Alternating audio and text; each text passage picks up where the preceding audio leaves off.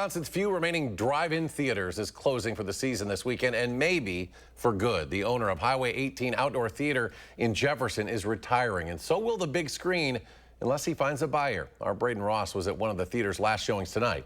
Take a look.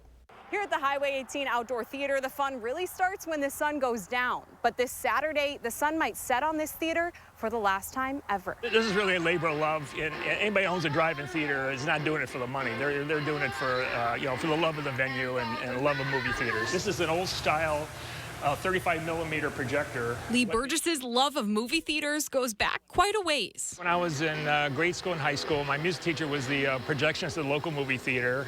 So I worked in movie theaters through high school. So I always liked movie theaters.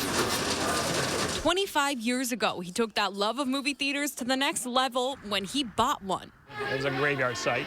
So on a whim, I purchased it out of bankruptcy. It took me a year to restore it, and we opened in 2000. The Highway 18 Outdoor Theater was originally built all the way back in 1953, and Burgess has done his best to preserve that 50s feel, all the way down to the sound. But after more than 2 decades, the credits will roll on the big screen for the last time. That is, unless someone else decides to carry on the tradition. It's just time to retire. I've got grandkids, and I just want to spend more time with them. And I'd like to pass it on to somebody else, but it's up for sale. We'll see. No serious offers yet.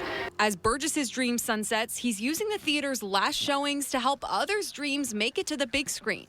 The first time you get to see your own name on the big screen, to me, that was one of the highlights of my life. The Wisconsin 48-Hour Film Project's annual sci-fi and horror short film competition is taking to the theater this weekend. They'll draw some genres out of a hat, and then they have to make a short film within that 48 hours. Those short films will be the last thing to grace the screen here, playing from 7:15 to 10 p.m. on Saturday.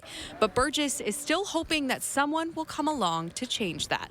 I just hope the place continues on. It's a wonderful venue. Drive-in theaters are a disappearing venue, and it takes work to keep these things up, but it really is a labor of love for the right person.